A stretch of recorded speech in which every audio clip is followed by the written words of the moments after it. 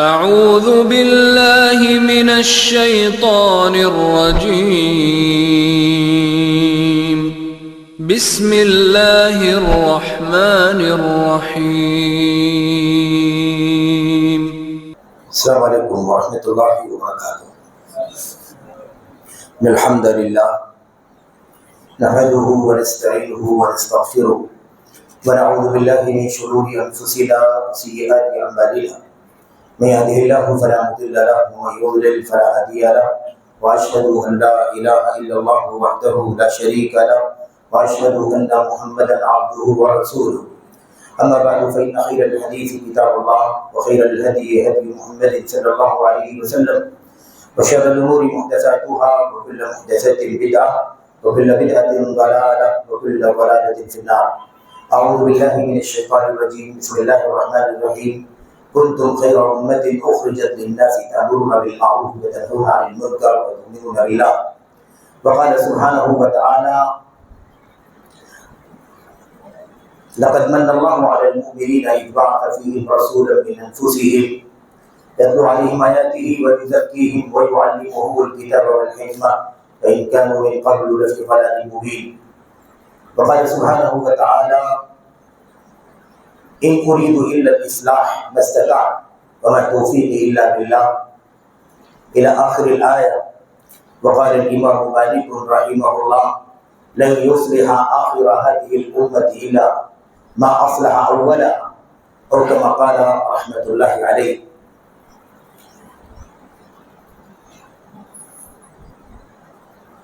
جمعیت اہل حدیث ٹرسٹ بھیونڈی کے قابل احترام امیر محترم، قابل احترام ناظم محترم، تمام دیگر تمام منتظرین، اراکین، ذمہ داران، جمعیت و جماعت بھیونڈی کے موقر اہل علم، دعاء، علماء، فضلاء، اسی طرح سے مسجد جامع مسجد درگاہ کے منتظمین، اراکین، ذمہ داران، آپ تمام قابل احترام بزرگوں، نوجوان ساتھیوں، قابل احترام اور بہنوں، عزیز بچوں، اصلاح معاشرہ، اس عنوان سے کچھ باتیں آپ کے سامنے عرض کرنی ہے۔ اللہ سے دعا کرتے ہیں کہ اللہ عز و جل ہمیں اور آپ کو اصلاح سماج، اصلاح معاشرہ کے سلسلے میں کچھ اہم اور بنیادی باتوں پر غور کرنے کی توفیق عطا فرمائے، اور اللہ عز و جل ہمیں اس اصلاح معاشرہ کی بنیادوں کو سمجھنے کی توفیق عطا فرمائے۔ اصلاح معاشرہ کے حوالے سے ہم سبوں کو اپنی اپنی ذمہ داریاں ادا کرنے کی اللہ تبارک و تعالیٰ توفیق عطا فرمائے۔ اللہ عز و جل اصلاح معاشرہ کے سلسلے میں ہمیں نظریاتی باتوں سے اٹھ کر عملی اقدام، تطبیقی اور عملی اقدام کرنے کی توفیق عطا فرمائے۔ اللہ عز و جل ہمیں اصلاح معاشرہ کا فرد بننے کی توفیق عطا فرمائے۔ آمین رب العالمین۔ اصلاح اور معاشرہ، اصلاح کا مطلب ہم سب جانتے ہیں، سدھار پیدا کرنا، معاشرہ سماج کو کہتے ہیں، سوسائٹی کو کہتے ہیں، لیکن ظاہر سی بات ہے کہ معاشرہ مجموعے کا نام ہے، اسی لیے عربی میں اس کو مجتمع کہتے ہیں، یعنی جہاں بہت سارے لوگ اکٹھا ہوں، کچھ گھر ہو، چھوٹی موٹی بستی ہو، ہے نا، کچھ افراد اکٹھا ہوں، تو معاشرہ کچھ افراد کے مجموعے کا نام ہے۔ بہت سارے افراد ہیں، الگ الگ طبقے ہیں، مرد ہیں، خواتین ہیں، کچھ پڑھے لکھے لوگ ہیں، کچھ ان پڑھ لوگ ہیں، بچے ہیں، بڑے وغیرہ، الگ الگ فروع کے ساتھ جو لوگ اکٹھا کہیں رہتے بستے ہیں، اسی کو معاشرہ کہتے ہیں۔ اب اس معاشرے کی اصلاح یہ عنوان ہے۔ عام طور پر اس موضوع کا کثرت سے تذکرہ ہوتا ہے، پوری کانفرنسیں الحمدللہ سماج اور معاشرے کی اصلاح کے سلسلے میں کی جاتی ہیں، جو ایک بہترین قدم ہے، بہترین کوشش ہے۔ اللہ تبارک و تعالیٰ اس سلسلے میں جو بھی کوششیں صرف کی جا رہی ہیں اور جو لوگ بھی یہ کوششیں صرف کر رہے ہیں، اللہ عز و جل انہیں اس کا نیک صلہ بدلہ عطا فرمائے، اور اللہ تبارک و تعالیٰ ان کی کوششوں کو برابر کرے، ان کی کوششوں کو نتیجہ خیز بنائے، اور اللہ تبارک و تعالیٰ واقعی معاشرے کو سدھار دے، اس کی اصلاح فرما دے۔ اس معاشرے کی اصلاح کے سلسلے میں ایک بات تو یہ سمجھنا ہے کہ جب معاشرہ بہت سارے لوگوں سے مل کر کے بنتا ہے تو اس کی سدھار جو ہے کسی ایک نقطے پر کرنے سے سدھار نہیں ہوگی. اس کے جتنے اجزاء ہیں، جتنے گوشے ہیں، جتنے پہلو ہیں، جتنے طبقات ہیں، ان تمام پہلوؤں پر جب اصلاح کی کوششیں کی جائیں گی اور ہر طبقہ، ہر گوشہ، ہر پوائنٹ اصلاح کی، سدھار کی کوشش کرے گا تو انشاءاللہ تبارک و تعالیٰ ایک مجموعی طور پر سدھار نظر آئے گی، مجموعی طور پر اصلاح نظر آئے گی. دوسری بات یہ ہے کہ اصلاح کی بات کی جا رہی ہے، اس کا مطلب یہ ہے کہ بگاڑ ہے تبھی تو اصلاح کرنا ہے، بگاڑ ہے اس لیے اصلاح کرنا ہے. اور یہ بات بہت اچھی طرح سے جاننا ضروری ہے کہ جب ہم تصور کریں گے کہ ہاں بگاڑ ہے، سوچیں گے کہ بگاڑ ہے تبھی تو اصلاح کریں گے، تو پہلے سوچ صحیح ہونی چاہیے. اگر ایک آدمی حسن ظن میں رہے، ایک آدمی تزکیہ کرتا رہے، ایک آدمی پارسائی بیان کرتا رہے، نہیں کچھ نہیں، فل فائنل کمپلیٹ ہے، کوئی پرابلم نہیں، کوئی کمی نہیں، کوئی نقص نہیں، اچھا خاصا معاملہ ہے، تو پھر اگر غلطیاں بھی ہوں گی، کوتاہیاں بھی ہوں گی، خلل بھی اگر کچھ ہوگا تو آدمی اس کو محسوس ہی نہیں کر رہا تو اصلاح کیسے کرے گا؟ تو اسی کو کسی نے کہا تھا قوت فکر و عمل پہلے فنا ہوتی ہے، قوت فکر و عمل پہلے فنا ہوتی ہے، پھر کسی قوم کی شوکت کو زوال آتا ہے. تو پہلے سوچے تو صحیح کہ ہاں بگاڑ ہے، کمی ہے، کوتاہی، اور پھر اس کے بعد یہ سوچے کہ کہاں کہاں بگاڑ ہے، کہاں کہاں فساد ہے، کہاں کہاں کمیاں ہیں جہاں اصلاح کرنے کی ضرورت ہے. تو دو باتیں ہمارے سامنے آ گئی، ایک تو یہ کہ ہے فساد، ہے بگاڑ، ہے کمیاں، اور پھر اس کی سوچ ہو، پہلے ہم تسلیم کریں کہ فساد ہے، پہلے ہم مانیں کہ فساد ہے، بگاڑ ہے. دوسری چیز یہ اصلاح مجتمع کی ہے، معاشرے کی ہے، یہ کسی ایک پتھر کا نام نہیں ہے، ایک کسی ستون کا نام نہیں ہے کہ اسے سدھار دو، سنوار دو تو اصلاح ہو جائے گی، بلکہ بہت سارے گھروں کا، بہت سارے افراد کا، بہت سارے طبقات کا مجموعہ ہے، مرد ہیں، خواتین ہیں، جوان ہیں، بچے. تو ہر پہلو پر جب اصلاح کا کام کیا جائے گا تب اصلاح ہوگی. پھر اصلاح کے اندر، فساد کے اندر کئی شکلیں فساد کی، عقیدے کا فساد ہے، ایمان کا بھی فساد ہے نا، سنت کے معاملے میں گڑبڑیاں ہیں، ہماری عبادات کے اندر بگاڑ ہے، ہماری خاندانی مسائل کے اندر بگاڑ ہے، ہماری معاملات جس کو ہم تجارت کہتے ہیں، لین دین کہتے ہیں، اس میں بگاڑ ہے، شادی بیاہ، نکاح طلاق کے جو معاشرت کے مسائل اس میں بگاڑ ہے، بندگان کے بہت سارے پہلوؤں کے حقوق پر ہے بگاڑ ہے، ہمارے اخلاق کا بگاڑ ہے، ہمارے کردار کا بگاڑ ہے، ہمارے یہاں بگاڑ کی بہت ساری شکلیں ہیں. اس لیے ہمیں اس طرح سے مجموعی طور پر سوچنے کی ضرورت ہے کہ بگاڑ ہے، بہت سارے پہلوؤں پر بگاڑ ہے. قرآن کریم کی ایک آیت کریمہ آپ کے سامنے پڑھی گئی ہے، بلکہ دو آیتیں پڑھی گئی ہیں. اللہ کے نبی صلی اللہ علیہ وسلم کی حدیثیں بھی اس سلسلے میں کئی ایک ہیں، ان کا تذکرہ میں آپ کے سامنے کروں گا. آئیے دیکھتے ہیں کہ اصلاح معاشرہ میں بگاڑ جو ہے سماج میں، معاشرے میں، وہ بہت ساری طرح کا بگاڑ، لیکن بڑا بگاڑ کون سا ہے، بڑا فساد کون سا ہے جس کی اصلاح پہلے کرنے کی ضرورت ہے. اب یہ معاملہ بھی نظریاتی نہیں ہے کہ آپ سوچیں کہ مجھے لگتا ہے کہ سماج کا بگاڑ یہ سب سے بڑا ہے، میں کہوں نہیں مجھے لگتا ہے کہ میرے خیال سے یہ بگاڑ سب سے بڑا ہے. نہیں، ایسا مسئلہ نہیں، یہ معاملہ نظریاتی نہیں ہے، کیونکہ سماج آج سے نہیں ہے، جب سے انسانیت کی شروعات ہے تب سے سماج ہے، کیونکہ انسانوں کا جھرمٹ جہاں اکٹھا ہوتا ہے اسی کو سماج کہا جاتا ہے، اور کمیاں، کوتاہیاں، خامیاں رہتی ہیں ہر علاقے میں. تو یہ معاملہ ہمیں اچھی طرح سے جاننا ضروری ہے کہ اصل میں سماج کا بڑا بگاڑ کیا ہے، بڑا فساد کیا ہے. کیونکہ اگر کسی بڑے کو ہم نے معمولی سمجھا، معمولی کو ہم نے بڑا سمجھا، تو بھی اصلاح نہیں ہوگی، تو بھی بگاڑ ختم نہیں ہوگا سماج کا. تو سماج کی اصلاح کے لیے سب سے پہلے ایک چیز تو یہ تھی کہ ہم مانے کی بگاڑ ہے، دوسری بات یہ کہ پہلے ہم یہ جانے کی بگاڑ میں سب سے بڑا بگاڑ کون سا ہے، سب سے بڑا فساد کون سا ہے. اب اس سلسلے میں اگر نظریات کی بات کریں گے میرے بھائیوں بزرگوں تو پھر الگ الگ نظریات لوگ پیش کریں گے، لیکن میں آپ کے سامنے ذکر کرنا چاہتا ہوں اللہ کے نبی محمد رسول اللہ صلی اللہ علیہ وسلم نے پیدائش آپ کی مکہ میں ہوئی، مکہ مکرمہ میں آپ بڑے جوان ہوئے، 50-40 سال کی عمر ہو گئی، نبوت کا تاج آپ کو دیا گیا، 13 سال تک آپ مکہ میں رہے، آپ نے مکے کے معاشرے کو دیکھا، پھر اس کے بعد آپ ہجرت کر کے مکہ سے مدینہ گئے، مدینہ پہنچے، آپ نے مدینے میں 10 سال گزارا. یہ تاج نبوت کے بعد کے 23 سال جو گزرے ہیں، جو دو بڑے معاشروں میں اللہ کے نبی علیہ السلام رہے ہیں۔ اب ہمیں اور آپ کو جو سب سے پہلی بات سمجھنے کی ہے وہ یہ ہے کہ مکے کے معاشرے میں بگاڑ تھا۔ وہ کون سا بگاڑ تھا؟ مدینے کے معاشرے میں بھی کمیاں خامیاں تھیں، اس میں کون سی کمیاں خامیاں تھیں؟ نبی کریم صلی اللہ علیہ وسلم کی سیرت کے حوالے سے یہ اشارہ ہے کہ مکی سماج، مدنی سماج میں کون سا بگاڑ تھا جس کو سب سے پہلے نبی کریم صلی اللہ علیہ وسلم نے سدھارنے کی، سنوارنے کی کوشش کی۔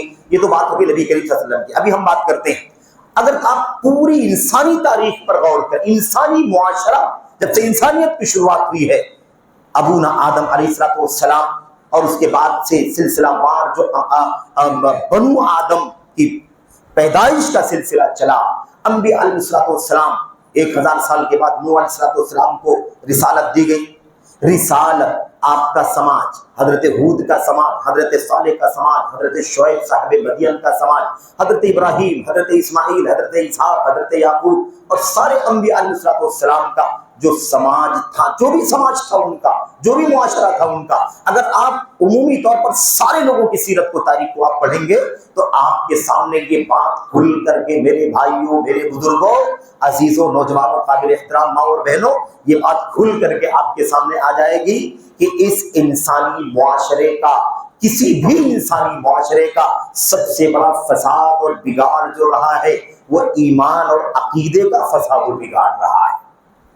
سب سے بڑا فساد، اور بھی فساد رہا ہے، لوگ چوریاں کرتے رہے، لوگ گاڑیاں مارتے رہے، لوگ خیانت کرتے رہے، لوگ ماں باپ کی نافرمانی کرتے رہے، لوگ بزنس کے اندر، کاروبار کے اندر خود برد کرتے رہے، لوٹ کھسوٹ کرتے، سب کچھ کرتے رہے، سب ہر طرح کے فساد تھے سماج کے اندر۔ لیکن سب سے بڑا فساد جو کسی بھی انسانی سماج کا تھا، رہا، اور جس کی اصلاح کرنے کے لیے اللہ تبارک و تعالیٰ کی طرف سے منتخب کردہ مصلحین، اللہ تبارک و تعالیٰ کے انبیاء اور رسول علیہ السلام نے اصلاح کا کام کیا، اس سے زیادہ تو کوئی سماج اور معاشرے کی بگاڑ پر نظر نہیں رکھ سکتا۔ اس لیے جتنی زیادہ مثالوں کا آپ مطالعہ کریں گے، آپ کو تمام انبیاء علیہ السلام کے سماج کا سب سے پہلا، سب سے بڑا فساد، بگاڑ ملے گا، عقیدے کا بگاڑ، ایمان کا بگاڑ۔ اب یہ ایمان اور عقیدہ، یہاں ایک چھوٹی سی بات ذکر کر کے بات آگے بڑھاتا ہوں۔ ہمارے بہت سارے بھائی یہ سمجھتے ہیں کہ جب اصلاح معاشرہ کی بات کہی جائے تو یہ اصلاح معاشرہ کے اندر عقیدے اور ایمان کے بگاڑ کی اصلاح کرنا یہ نہیں آتا۔ اصلاح معاشرہ میں، اصلاح معاشرہ جھوٹ بولتے ہیں اس کی اصلاح کرو، چوری کرتے ہیں اس کی اصلاح کرو، خیانت کرتے ہیں اس کی اصلاح کرو، بد اخلاقی کرتے ہیں، زنا کاری، شراب، چور، نشہ، یہ سب کرتے ہیں، اس کی اصلاح، اس کا نام اصلاح معاشرہ۔ عقیدے کی بگاڑ کی اصلاح کرنا نہیں، اس کا تعلق معاشرے سے نہیں، اس کا تعلق ایمان و عقیدے سے۔ وہ ایمان و عقیدہ جو اچھا برا ہے وہ کہاں ہے؟ اسی سماج میں ہے، اسی معاشرے کے اندر ہے میرے بھائیوں۔ اس لیے ہمارے سماج میں، ہمارے معاشرے میں تو سب سے بڑا بگاڑ ہے وہ ایمان و عقیدے کا بگاڑ ہے میرے بھائیوں۔ یہ ایک بات تو مسلم ہے، کسی بندے مسلمان کو اس بات سے اختلاف نہیں ہو سکتا کہ یہ پیشانی اللہ کے سوا کسی کے سامنے نہیں جھک سکتی ہے۔ کوئی اختلاف نہیں کر سکتا اس سے کوئی اختلاف نہیں کر سکتا۔ جسے اللہ تبارک و تعالیٰ نے ایمان کی توحید کی توفیق عطا فرمائی ہے، وہ اس بات کا یقین رکھتا ہے، دل کے گہرائیوں میں، خون کی رگوں میں اس بات کو اچھی طرح تسلیم کرتا ہے، اس پیشانی کو اللہ تعالیٰ کے سوا کسی اور کے سامنے نہیں جھکایا جا سکتا۔ وَأَنَّ الْمَسَاجِدَ لِلَّهِ فَلَا تَدْعُوا مَعَ اللَّهِ أَحَدًا، یقیناً مسجدیں اللہ کے لیے ہیں، اس لیے اللہ کے سوا، اللہ تبارک و تعالیٰ کے ساتھ کسی کو نہ پکارو۔ مسجد سے ایک تو یہ معنی مراد ہے مسجد اللہ کی عبادت گاہ۔ مسجد کا جو لفظ ہے یہ ظرف کا لفظ ہے، جائے سجدہ، جائے سجدہ، جیسے ہم کہتے ہیں جائے نماز، جا نماز جس کو آپ کہتے ہیں، تو نماز کی جگہ، ایسے جائے سجدہ، سجدے کی جگہ۔ اب یہ سجدے کی جگہ کیونکہ سجدہ یہاں کیا جاتا ہے، اور یہ بھی پیشانی بھی سجدے کی جگہ ہے، کیونکہ سجدہ کرنے میں اسی پیشانی کو ٹیکا جاتا ہے اللہ تبارک و تعالیٰ کے سامنے۔ تو مساجد کا ایک معنی یہ بھی ہے، مساجد کا ایک معنی پیشانی بھی ہے، تو مساجد اللہ تبارک و تعالیٰ کے لیے، یعنی یہ پیشانیاں صرف اللہ کے لیے جھکنی چاہیے، کسی اور کے لیے پیشانیاں نہیں جھک سکتی ہیں۔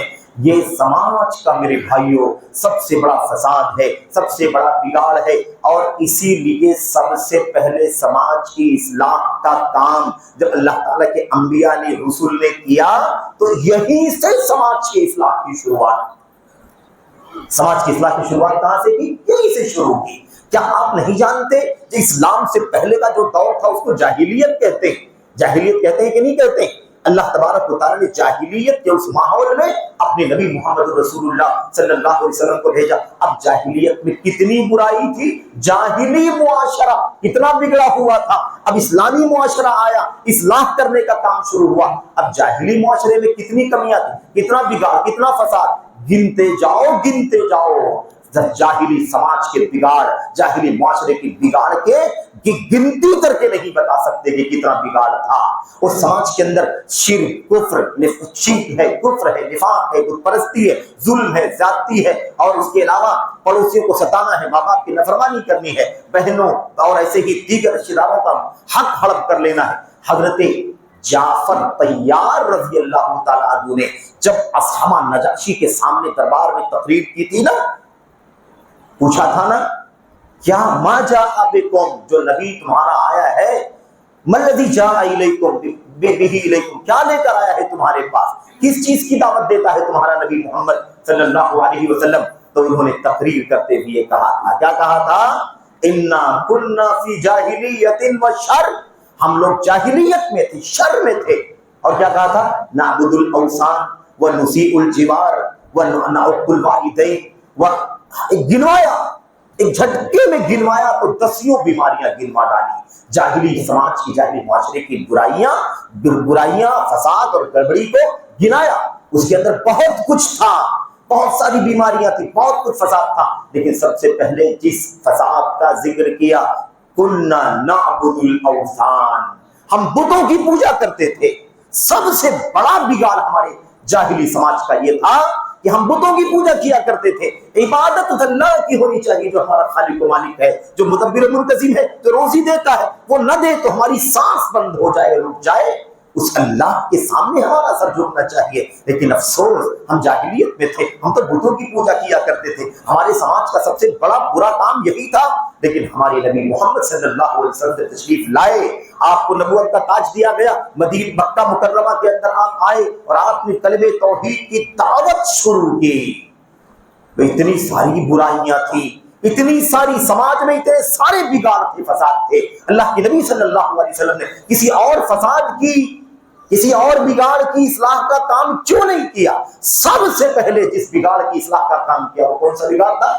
عقیدے کا بگاڑ، ایمان کا بگاڑ، توحید کا بگاڑ، عبادات کا بگاڑ۔ عبادت ایک اللہ کے لیے ہونی چاہیے، وَمَا أُمِرُوا إِلَّا لِيَعْبُدُوا اللَّهَ مُخْلِصِينَ لَهُ الدِّينَ۔ اسی بات کا حکم ہے کہ سب کے سب اسی ایک اللہ کی عبادت کریں جس کے سوا کوئی سچا معبود نہیں ہے۔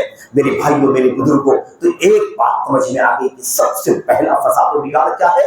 ہر سماج کے اندر، نوح علیہ السلام سے لے کر کے آخر تک سارے سماج، اور یہی بات آپ کو ہر جگہ ملے گی، یا قوم اعبدوا اللہ ما لکم من الہ غیرہ، یا قوم اعبدوا اللہ ما لکم من الہ غیرہ، اے میری قوم کے لوگوں، اللہ کی عبادت کرو، تمہارا اللہ کے سوا کوئی سچا عبادت کے قابل نہیں۔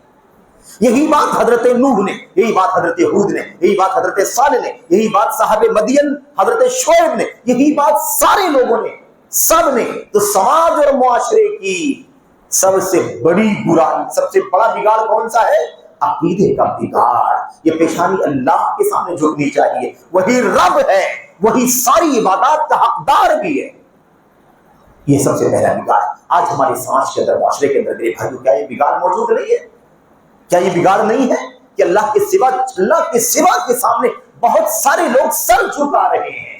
دعا کرو کہ اللہ تبارک و تعالی ہمارے سماج کی سب سے بڑی برائی سے اللہ تبارک و تعالی نجات عطا فرما دے، پورا سماج ایک اللہ کی بندگی کرنے والا بن جائے، ایک پیشانی صرف اللہ کے سامنے جھکے۔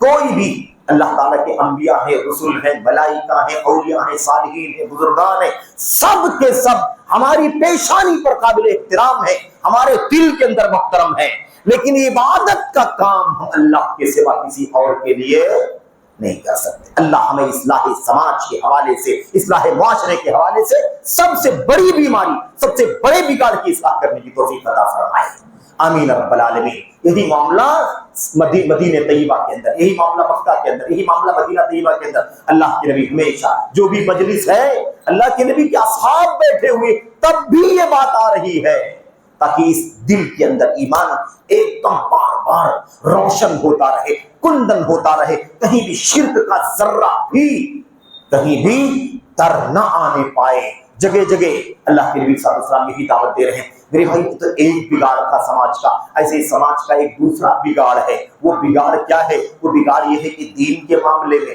حلال و حرام کے معاملے میں، جائز و ناجائز کے معاملے میں ثواب کہاں ملے گا، عذاب کہاں ملے گا، اچھا کام کون سا ہے، برا کام کیا کون سا ہے، اس کے لیے اللہ تبارک و تعالیٰ نے ہمارے پاس ہمارے اور آپ کے نبی محمد رسول اللہ صلی اللہ علیہ وسلم کو بھیجا ہے۔ دنیا میں کوئی ایسی ہستی نہیں ہے جس کی بات کو آنکھ بند کر کے مان لینا ضروری ہو سوائے ہمارے اور آپ کے نبی محمد رسول اللہ صلی اللہ علیہ وسلم۔ یہاں مانا کیا ہے؟ بگاڑ کیا ہے؟ اصل بگاڑ یہ ہے کہ اب دین، اجر، ثواب، نیکی، اچھائی، بھلائی، ان سب کے لیے نہ میری عقل چلے، نہ آپ کی عقل جو کہے وہ نیکی ہے، نہ میری عقل جو کہے وہ نیکی ہے، نہ وہ ثواب کا کام جو آپ کہیں، نہ وہ ثواب کا کام جو آپ کہیں، نہ وہ ثواب کا کام جو ہمارے بڑے کہیں، ہمارے بزرگ کہیں، ہمارے ابا کہیں، ہمارے پرکھے کہیں، ہمارے باپ دادا کہیں، نہ ہمارے علماء کہیں۔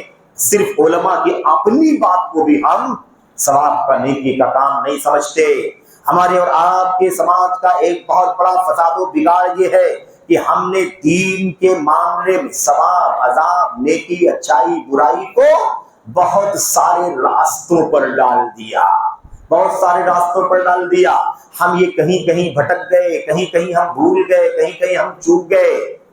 بعض لوگوں کی بات ہو رہی ہے، ورنہ اللہ کا شکر ہے، اللہ کی حمد کرو کہ اللہ کے نبی محمد رسول اللہ صلی اللہ علیہ وسلم کی سنت کو پیشانی پر سجانے والے ہیں۔ اللہ کے نبی صلی اللہ علیہ وسلم کی ایک ایک ادا کو، آپ کی زندگی کی ایک ایک ادا کو پیشانی پر سجانے والے، اسی پر مر مٹنے کا جذبہ آج بھی الحمدللہ موجود ہے۔ لیکن ہے سماج کے اندر کہیں نہ کہیں فساد، ہے کہیں نہ کہیں بگاڑ۔ میرے بھائیوں، وہی بات یاد آتی ہے جو اللہ تبارک و تعالیٰ نے قرآن کریم میں فرمایا تھا، اتخذوا احبارهم ورهبانهم اربابا من دون اللہ۔ یہ دیکھو یہودیوں کو، ان لوگوں نے اپنے علماء کو، یہ دیکھو عیسائیوں کو، ان لوگوں نے اپنے پادریوں کے، عبادت گزاروں کو اربابا من دون اللہ، اللہ کو چھوڑ کر کے رب بنا لیا ہے۔ جیسے رب حلال کرتا ہے، رب حرام کرتا ہے، تو کوئی چیز حلال حرام ہوتی ہے۔ جب رب نبی کریم صلی اللہ علیہ وسلم کے ذریعے سے جب بتلا دیتا ہے امت کو، بتلائیے یہ حلال ہے یہ حرام ہے، تب وہ چیز حلال و حرام ہوتی ہے۔ لیکن یہ دیکھو عیسائیوں کو، یہودیوں کو، ان لوگوں نے دین کو چھوڑا، موسیٰ علیہ السلام کو چھوڑا، عیسیٰ علیہ السلام کو چھوڑا، ان لوگوں نے اپنے علماء کو، اپنے پادریوں کو، اللہ کو چھوڑ کر کے رب بنا لیا۔ جیسے اللہ حلال و حرام کرنے کا حقدار ہے، ایسے ہی انہوں نے اپنے علماء کو، پادریوں کو بھی حق حلال و حرام کرنے کا اختیار دے دیا ہے۔ اس لیے یہ بڑا خطرناک مسئلہ ہے۔ دعا کریں کہ اللہ تبارک و تعالیٰ دین کے معاملے میں ہمیں ایک نقطے پر ہمیشہ ٹکے رہنے کی توفیق عطا فرمائے۔ وہ نقطہ کیا ہے؟ وہ نقطہ یہ ہے کہ جو کچھ محمد رسول اللہ صلی اللہ علیہ وسلم لے کر کے آئے ہیں، بس وہی دین ہے۔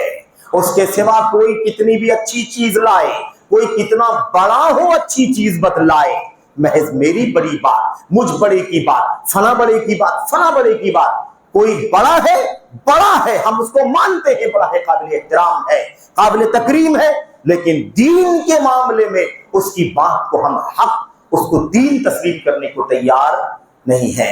تو سماج کا دوسرا فساد و بگاڑ کیا ہے؟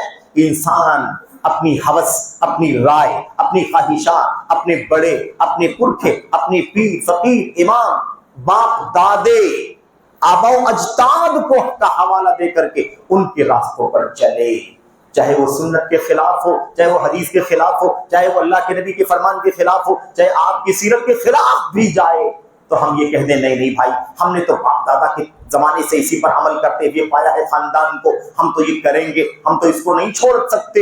یہ غلط مسئلہ ہے۔ ہم کسی کو بھی بڑا ماننے سے انکار نہیں کرتے، جو بڑا ہے ہم اس کو بڑا مانتے ہیں، لیکن نبی کے اوپر کسی کو نہیں مانتے، نبی کی سنت کے آگے ہم کسی کو نہیں جانتے۔ یہ دوسرا بہت بڑا فساد ہے، اور اسی کے نتیجے میں وہ چیزیں بھی دنیا میں پیدا ہو گئی، سماج میں عام ہو گئی، جس کو اسلام بدعت کہتا ہے۔ جس کو اسلام کیا کہتا ہے؟ بدعت کہتا ہے۔ نئی چیز جو اسلام میں لائی گئی ہے، ہے نہیں اسلام کے اندر، نہ قرآن میں، نہ سنت میں، نہ صحابہ میں، نہ تابعین میں، ہے نہیں کہیں بھی، لیکن اس کو لوگوں نے نیکی کے نام پر، ثواب کے نام پر، اجر کے نام پر اس کو لوگوں نے دین میں شامل کر دیا۔ اللہ سے دعا کرتے ہیں کہ اللہ تبارک و تعالی ہم کو آپ کو اپنے نبی کی سنت کی پیروی کرنے کی توفیق عطا فرمائے۔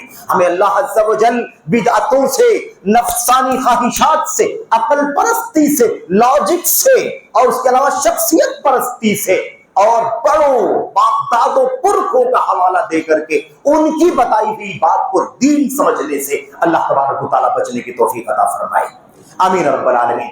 دوسرا بگاڑ، ایک تیسرا بڑا خطرناک بگاڑ ہے، وہ بگاڑ اب میں داخل ہو رہا ہوں۔ ترتیب نے کہا سب سے بڑا بگاڑ کیا ہے؟ عقیدے کا، ایمان، اس کے بعد معاملات کی، اخلاق کی، عمل کی بات آتی ہے۔ اب عمل میں داخل ہوتے بہت سارا بگاڑ ہے سماج کے اندر، سوسائٹی کے اندر۔ میں 2-3 فساد پر گفتگو کروں گا انشاءاللہ تبارک و تعالیٰ۔ ایک بہت بڑا فساد و بگاڑ ہمارے معاشرے کا جس کی اصلاح کرنے کی ضرورت ہے، وہ کیا ہے میرے بھائیوں؟ وہ مسئلہ ہے سماج میں نشے کا چلن۔ سماج میں نشے کا چلن، تمباکو، بیڑی، سگریٹ، گوا، گٹکا، نشوار، بھنگ، حشیش اور حدث ولا حرج۔ ایک نہیں مگر نہ جانے کتنے ہیں۔ بعض لوگوں نے دنیا کا سروے کر کے لکھا اپنے مضمون میں، اپنی تحریر میں، کہ اس وقت دنیا کے اندر، اس وقت مطلب یعنی پرانی بات ہے، 10-20 سال کی پہلے کی بات ہے، لکھا اس وقت کہ اس وقت دنیا کے اندر نشہ کرنے کے لیے 500 سے زیادہ مرکبات استعمال کیے جائے۔ اللہ اکبر، یہ دین اسلام ہے میرے بھائیوں، یہ دین اسلام ہے جس نے ہمارے دین کی حفاظت کی ضمانت لی ہے، جس نے ہمارے اخلاق کی ضمانت کی حفاظت لی ہے، جس نے ہماری عقل کی حفاظت کی ضمانت لی ہے، جس نے ہمارے مال کی حفاظت کی ضمانت لی ہے میرے بھائیوں، جس نے ہماری جان کی حفاظت کی ضمانت لی ہے۔ یہ ہے 5 ضروریات خمس۔ پوری دنیا میں کوئی ایسا دین نہیں آیا، کوئی ایسا مذہب اور ازم نہیں آیا جس نے دین اسلام کی طرح سے 5 چیزوں کی حفاظت کی ضمانت دی ہو۔ اللہ کا یہ دین عقل کی بھی حفاظت کی ضمانت دیتا ہے۔ اس عقل کے اندر اگر فطور آ جائے، نشہ آ جائے، پردہ لگ جائے، اس پر اگر کوئی چیز چھا جائے، عقل کام نہ کرے، عقل تھوڑی کام کرے، عقل پوری کام نہ کرے، عقل ضائع ہو جائے، ایسا کوئی بھی کام دین اسلام کے اندر روا نہیں ہے، جائز نہیں ہے۔ میرے بھائیو یاد رکھیں، نشے کی بات آئی ہے، نشہ اس سماج کا بھی بہت خطرناک حصہ ہے۔ ہمارے معاشرے کے اندر بھی نشہ عام ہے، اور بہت ساری چیزیں نشے کی تو ایسی ہیں جس کو اس طرح سے استعمال کیا جا رہا ہے کہ کوئی سمجھنے کو بھی تیار نہیں ہے کہ یہ کوئی بری چیز ہے۔ اور جب کوئی چیز عام ہو جاتی ہے نا مسلسل، تو پھر آدمی کے دل سے اس کا احساس بھی ختم ہو جاتا ہے۔ آج نشے کا معاملہ بڑا عام ہو چکا ہے میرے بھائیوں، بہت زیادہ مشکل ہے۔ اللہ کے کلام، اللہ کے نبی صلی اللہ علیہ وسلم کی فرمان کی وہ ساری آیتیں حدیثیں آپ جانتے ہیں، انما الخمر والمیسر والانصاب والازلام رجس من عمل الشیطان۔ میں آپ کو بتا دوں، اللہ نے فرمایا ناپاک ہے یہ نشہ۔ یہ نشہ کیا ہے؟ ناپاک ہے، من عمل الشیطان، شیطانی عمل ہے۔ فاجتنبوہ، باز آ جاؤ اس سے، اجتناب کرو، دور ہٹ جاؤ۔ ایمان والو کیا کر رہے ہو تم؟ یہ شیطانی کام ہے۔ یہ کیا ہے؟ شیطانی کام ہے، ناپاک ہے، اس سے بچو۔ اتنی تاکید کے ساتھ اللہ تبارک و تعالیٰ نے 2-3 آیتوں میں 3-4 مرحلے میں وہ نشہ کرنے والی قوم جن کے گھٹی میں نشہ پڑا ہوا تھا، جن کے رگ و ریشے میں پیوست تھا نشہ، اور حضرت انس بن مالک رضی اللہ تعالیٰ عنہ نے کہا تھا شراب کا حکم جب آیا حرمت کا اور کلیئر کٹ کہہ دیا گیا فہل انتم منتہون، یہ بتاؤ شراب سے، نشے سے، جوئے سے باز آؤ گے کہ نہیں آؤ گے؟ باز آ جاؤ۔ کہتے ہیں جب یہ آیت کریمہ نازل ہوئی تو اب تک جتنی چیزوں کو حرام کیا گیا تھا اسلام کے اندر، اس سے زیادہ مشکل چیز کوئی نہ تھی عربوں کے لیے جس کو حرام کیا گیا۔ اس سے زیادہ مرغوب، اس سے زیادہ لذت کی چیز، پسند کی چیز، مزے کی چیز کچھ نہیں تھی جس کو اللہ تبارک و تعالیٰ نے دین اسلام میں حرام کیا تھا میرے بھائیوں۔ لیکن وہ اصحاب تھے، نشہ گھونٹ سے لگا ہوا جام، اعلان کرنے والے نے اعلان کیا حرام کر دی گئی ہے شراب، اگلا گھونٹ جو ہونٹ اور زبان کے بیچ میں تھا اسے اگل دیا اور اس جام کو توڑ کر کے پھینکا اور پورے مٹکے کے چورے چورے کر کے پھینک دیے گئے۔ مدینے کی گلیاں شراب سے بہہ رہی تھی۔ میرے بھائیوں، نشہ یہ ناسور ہے۔ اللہ کے نبی محمد رسول اللہ صلی اللہ علیہ وسلم نے فرمایا تھا، سنیے کیا فرمایا تھا؟ آپ نے فرمایا تھا مفتاح کل شر، ساری برائیوں کی کنجی ہے۔ نشہ کیا ہے بھائی؟ ساری برائیوں کی کنجی ہے۔ اور کیا فرمایا تھا اللہ کے نبی صلی اللہ علیہ وسلم نے؟ آپ نے فرمایا تھا ام الخبائث، ساری گندگیوں کی ماں ہے، جڑ ہے یہ۔ اللہ اکبر، ساری برائیوں کی ماں۔ کیا شراب کی ماں بھی ہے؟ کیا یہ شراب شرک کی ماں بھی ہے؟ ہاں، شرک کی بھی ماں ہے۔ حضرت عثمان غنی رضی اللہ تعالی عنہ نے خطبہ دیا ممبر پر، صحیح سند کے ساتھ روایت موجود ہے۔ ممبر پر خطبہ دیا، انہوں نے ایک واقعہ بیان کیا، کہا ماضی میں، پچھلے دور میں واقعہ بتلاتا ہوں تم کو۔ کیا کہا؟ ایک واقعہ ماضی کا، کہا اتنی چیزیں سامنے۔ کیا کہا گیا؟ بھائی تمہارے سامنے اتنے سارے غلط کام کرنے کے آپشن ہیں۔ تمہارے سامنے ایک گلاس شراب کا ہے، تمہارے سامنے ایک عورت ہے جو تمہارے لیے حرام ہے، ایسے ہی تمہارے پاس ایک بچہ ہے جو معصوم ہے نا، ایسے تمہارے پاس کتاب ہے، تورات ہے یا انجیل ہے۔ یہ اتنے سارے آپشن رکھے ہوئے ہیں۔ اب تم یہ بتاؤ کہ اگر تمہیں کہا جائے کہ اتنے سارے برائی کے کاموں میں سے تم کون سا کام کرو گے؟ کیا تم سے کہا جائے کہ اس حرام عورت سے زناکاری کر لو گے تو کرو گے؟ اگر تم سے کہا جائے بچہ معصوم ہے اسے قتل کر دو تو کیا تم قتل کر دو گے؟ تم سے کہا جائے کہ یہ کتاب ہے اللہ کی، اسے تم پھاڑ دو، اسے جلا دو، آگ لگا دو، کیا تم اس کے لیے راضی ہوگے؟ تمہارے سامنے شراب کا ایک جام ہے، کیا تم سے کہا جائے اسے پی لو تو کیا تم اسے پی لو گے؟ یعنی اتنے سارے حرام چیزیں، منکرات موجود ہیں۔ اگر تم سے کہا جائے کہ تم کون سا کام کرو گے تو تم کون سا کام کرو گے؟ اس نے کہا کہ میں شراب پی لیتا ہوں، اگر میں قتل کر دوں گا تو پکڑا جاؤں گا، مارا جاؤں گا، زناکاری کروں گا تو مارا جاؤں گا، سزا ملے گی، اور کتاب جو مقدس ہے اسے پھاڑ دوں گا، جلا دوں گا تو سزا ملے گی، اور یہ جرأت کر ہی نہیں پاؤں گا، ہمت کر ہی نہیں پاؤں گا۔ سب سے آسان یہ ہے کہ ایک گلاس میں شراب رکھی ہوئی اسے اٹھا کر کے پی لیتا ہوں۔ اس نے شراب کا جام اٹھایا اور اس نے اسے پی لیا، چند گھونٹ میں اس نے اپنے نیچے گلے کے نیچے اتار دیا، اور پینا تھا کہ عقل پر پردہ پڑ گیا۔ عقل پر کیا ہو گیا؟ پردہ پڑ گیا۔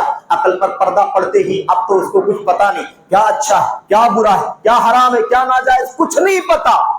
اور ایک چیز چھوٹ گئی، ایک صلیب ہے، عیسائیوں کا کراس، اس کا سجدہ کرنا، یہ کرو گے۔ اس نے کہا یہ سارے 5 جرائم میں سے سب کو چھوڑ کر کے میں شراب پی لیتا ہوں۔ اب جب اس نے شراب پیا تو اس نے سارے کام کیے، صلیب کا سجدہ بھی کر دیا، اور اس حرام عورت سے بدکاری بھی، زناکاری بھی کر لیا، اس معصوم بچے کو قتل بھی کر دیا، اور اس کے بعد وہ جو کتاب تھی مقدس اسے پھاڑ کر کے اسے جلا بھی دیا۔ یہ ہے ام الخبائث۔ دیکھا آپ نے، ام الخبائث ہے کہ نہیں خبائث ہے؟ شراب پیا، نشہ کیا، عقل پر پردہ پڑ گیا، شرک بھی کیا، زناکاری بھی کیا، ظلم بھی کیا، قتل بھی کیا، اور اتنا بڑا جرم بھی کیا کہ اس نے کتاب مقدس کو پھاڑ دیا، اسے آگ لگا دیا۔ تو ام الخبائث شراب، اور شراب جب کہا جائے تو یہ مت سمجھے کہ اس سے مراد وہی باٹل والی شراب ہے یا اللہ کے نبی کے زمانے والی شراب ہے، نہیں۔ شراب سے مراد کیا ہے؟ ہر نشہ پیدا کرنے والی چیز، ہر دماغ پر چھا جانے والی چیز، ہر وہ چیز جس سے دماغ میں فطور آئے، جس سے سکر آئے، نشہ آئے، سر چکرائے، ہے نا، سر چکرائے، یہ ساری چیزیں شامل ہے اس کے اندر، نشے کے اندر۔ اللہ کے نبی صلی اللہ علیہ وسلم نے اس بارے میں جتنے ہیلے بہانے تھے سب بند کر دیے۔ آپ نے فرمایا کل مسکر خمر وکل خمر حرام، ہر نشہ لانے والی چیز، ہر چکرانے والی چیز شراب ہے، اور ہر شراب حرام ہے۔ اللہ کے نبی نے فرمایا اگر کسی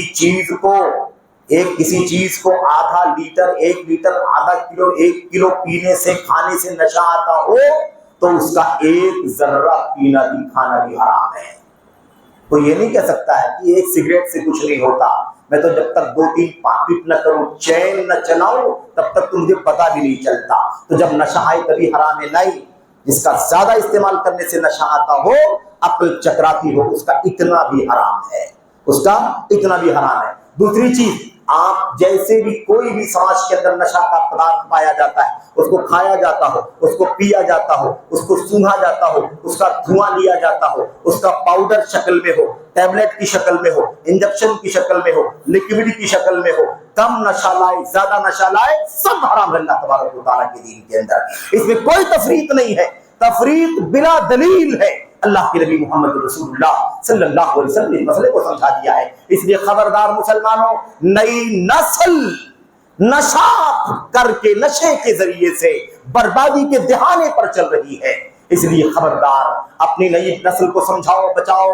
میرے بھائیو، ان بچوں کو خاص طور پر اپنے آپ کو، ان نوجوانوں کو بچانے کی ضرورت ہے۔ ایک بات دو بات اور ذکر کر کے بات ختم کرتا ہوں۔ سماج کے اندر اخلاقی فساد بھی بہت زیادہ ہے، اخلاقی بگاڑ بھی زیادہ ہے۔ جب اخلاق کی بات کرنے کی نوبت آتی ہے تو تعجب بھی ہوتا ہے، بھلا ہم مسلمانوں کو اور میرے بھائیو کتاب و سنت کے متوالوں کو، سنت اور نبی اور صحابہ کی زندگی پڑھنے والوں کو، کیا ہمیں بھی اخلاق بتانے کی ضرورت ہے؟ اخلاقی بگاڑ بھی سماج کے اندر ہے، جبکہ محمد رسول اللہ صلی اللہ علیہ وسلم اس لیے آئے تھے، انما بعثت لاتمم مکارم الاخلاق، مجھے اسی لیے دنیا میں بھیجا گیا ہے تاکہ میں اپنی امت کو اخلاق کے اعلیٰ مقام تک پہنچا دوں۔ یہ امت سب سے اعلیٰ اخلاق والی امت ہو۔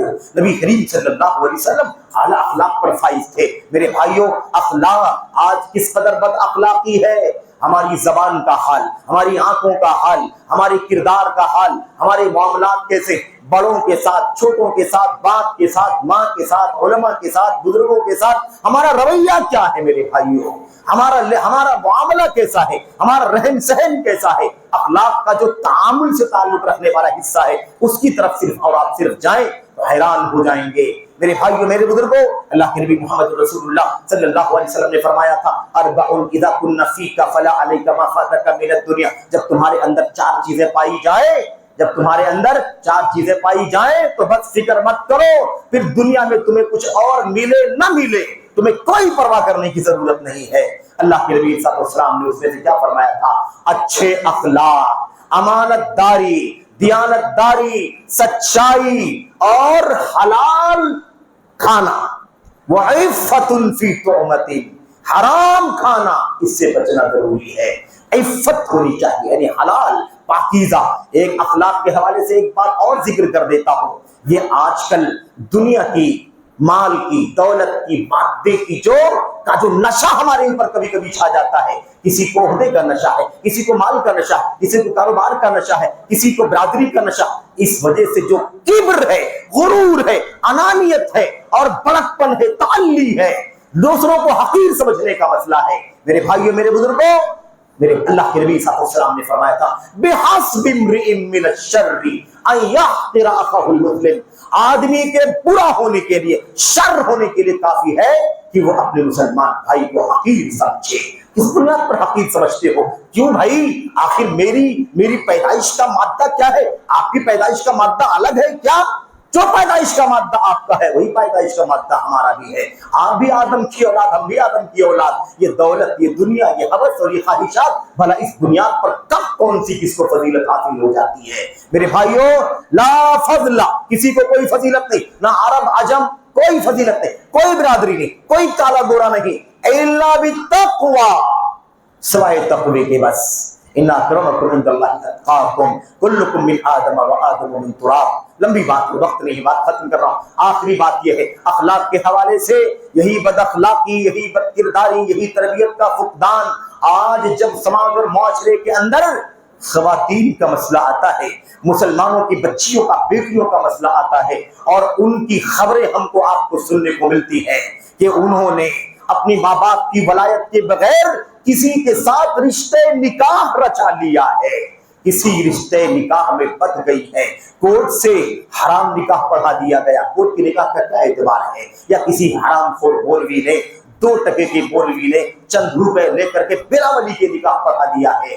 میرے بھائیوں، تو ہمارا سر شرم سے جھک جاتا ہے۔ یہ بچیاں ہماری کیسے بھلا جاتی ہیں، کیسے کسی غیر کے ساتھ، کیسے کسی اجنبی کے ساتھ، بلا ولی کے، لا نکاح الا بولی، ولی کے بغیر نکاح نہیں ہو سکتا۔ کوئی بھی ایسا نکاح کرتا ہے، کوئی بھی خاتون بغیر ولی کے، اس کا نکاح نو ہے ہی نہیں نکاح۔ نکاح ہوگا ہی نہیں، باطل ہے باطل ہے باطل ہے، یہ حالت ہے۔ اور معاملہ اس سے آگے بڑھ کر کے بہت دور چلا گیا ہے میرے بھائیوں۔ آج تو یہ بھی خبریں مسلسل برابر سننے کو ملتی ہیں آئے دن میرے بھائیوں کہ مسلمانوں کی بچی نے، ہماری کسی نونہال بچی نے بد اخلاقی، بد کرداری، بد تہذیبی، تربیت نہیں، تعلیم نہیں، اخلاق نہیں، نتیجہ کیا نکل گیا؟ نتیجہ یہ نکلا کہ وہ کسی غیر کے ساتھ، اجنبی کے ساتھ تو دور کی بات ہے، وہ اجنبی مسلمان بھی نہیں ہے، وہ کوئی ہندو ہے، وہ کوئی مشرک ہے، کوئی یہودی ہے، کوئی کرسچن ہے، کوئی ملحد ہے، بے دین ہے، زندیق ہے، اس کے ساتھ رشتہ نکاح۔ اللہ اکبر! یہاں صرف عزت نہیں جاتی ہے، صرف اور صرف آبرو کا سودا نہیں ہوتا ہے، بلکہ ارتداد، دین کا، عقیدے کا سودا ہوتا ہے۔ وہ دین و ایمان سے برداشتہ ہو کر کے کفر کے شرک کی راہ پر چل پڑتی ہے۔ کس قدر افسوسناک مسئلہ ہے میرے بھائیوں، میرے بزرگوں۔ تو کہاں کا اخلاق، ہم نے کتنا اخلاق سکھایا، کتنا کردار سکھایا اپنے بچوں کو، اپنی بچیوں کو۔ یہ واقعی میں محاسبے کی چیز ہے۔ بس ہماری اور آپ کی ذمہ داری ہے کہ ہم اپنی ذمہ داریوں کو سماج کی اصلاح کے تئیں، معاشرے کی سدھار کے تئیں محسوس کریں۔ اللہ تبارک و تعالی ہمیں اور آپ کو اصلاح معاشرہ کے ہر پہلو پر غور کرنے کی توفیق عطا فرمائے، اور جو چیز جتنی زیادہ اہم ہے، ایمان و عقیدہ، توحید، اتباع سنت، شرک و کفر کے خلاف اصلاح کرو، توحید لاؤ، بدعت کے خلاف اصلاح کرو، سنت لاؤ، بد اخلاقی ختم کرو، اخلاق لاؤ، نشہ ختم کرو، پاک دامنی لاؤ، اور ستھرائی لاؤ، شفافیت لاؤ، حلال اور پاکیزہ کھانے پینے کا ماحول بناؤ، اور میرے بھائیو کبر و غرور ختم کرو، تواضع لاؤ، اللہ بلندی عطا فرمائے گا، ادب لاؤ، احترام لاؤ، رحم لاؤ، مہربانی لاؤ، شفقت لاؤ، اور بچوں کو صحیح اخلاق، صحیح کردار سکھاؤ تاکہ وہ اپنے دین، ایمان، عقیدے کی حفاظت کرے۔ ایسے ایسے واقعات میرے بھائیوں، وقت اگر ہوتا تو میں تفصیلی بات کرتا، لیکن پھر انشاءاللہ تبارک و تعالیٰ کوئی اور موقع ہوگا تو انشاءاللہ گفتگو کی جائے گی۔ بس اللہ سے دعا کرتے ہیں کہ اللہ تبارک و تعالیٰ کہنے والے کو سب سے پہلے اصلاح معاشرہ میں اپنی ذمہ داریوں کو ادا کرنے کی توفیق عطا فرمائے۔ یہ جماعت اہل حدیث ٹرسٹ نے، بھیونڈی نے، جب مسجد کے ذمہ داروں نے جو یہ فضل سجائی ہے، یہ اجتماع اور اجلاس منعقد کیا ہے، یہ اسی اصلاح معاشرہ کے مشن کا ایک حصہ ہے۔ دعا کرو کہ اللہ تبارک و تعالیٰ ہمارے ذمہ داران کو شاد و آباد رکھے، اللہ تبارک و تعالیٰ انہیں ہر طرح کی ہمت سے، حوصلے سے نوازے، اللہ تبارک و تعالیٰ ان کا حامی و ناصر ہو۔ مسجد کی ذمہ داروں کو اللہ تبارک و تعالیٰ اس مشن میں شامل ہونے اور اس کوشش کا حصہ بننے کی جو اللہ نے توفیق عطا فرمائی ہے، اللہ تعالیٰ سبوں کی کوششوں کو شرف قبولیت سے نوازے۔ ہمارے یہ علماء، ہمارے یہ فضلاء، ہمارے یہ ذمہ داران جس کا جو بھی حصہ اصلاح معاشرہ میں، اللہ تبارک و تعالیٰ سبوں کو اپنی ذمہ داریاں نبھانے کی توفیق عطا فرمائے۔ اللہ تعالیٰ ہمیں صالح معاشرہ تشکیل دینے کی توفیق عطا فرمائے، ہمیں فساد سے، بگاڑ سے، نفاق سے، شقاق سے اللہ تبارک و تعالیٰ بچنے کی توفیق عطا فرمائے۔ ہم سب اپنی اپنی اصلاح کر لیں، انشاءاللہ تبارک و تعالیٰ معاشرے کی سماج کی اصلاح ہو جائے گی۔ اللہ تبارک و تعالیٰ ہمیں اور آپ کو اس کی توفیق عطا فرمائے۔ انہی جلدی چند باتوں پر اکتفا کرتے ہوئے اپنی گفتگو ختم کرتا ہوں۔ دعا کرتا ہوں کہ اللہ تبارک و تعالیٰ ہمیں اور آپ کو جب تک زندہ رکھے، اصلاح کے ساتھ، صلاح کے ساتھ، اور ایسی فلاح کے ساتھ زندہ رہنے کی توفیق عطا فرمائے۔ ہر طرح کی بگاڑ سے اور ہر طرح کی گندگیوں سے، انارکی سے اللہ عز و جل ہم سبوں کی حفاظت فرمائے۔ آمین رب العالمین۔ صلی اللہ علیہ وسلم وبارک علی نبینا محمد وعلی آلہ وصحبہ اجمعین۔ السلام علیکم ورحمۃ اللہ وبرکاتہ۔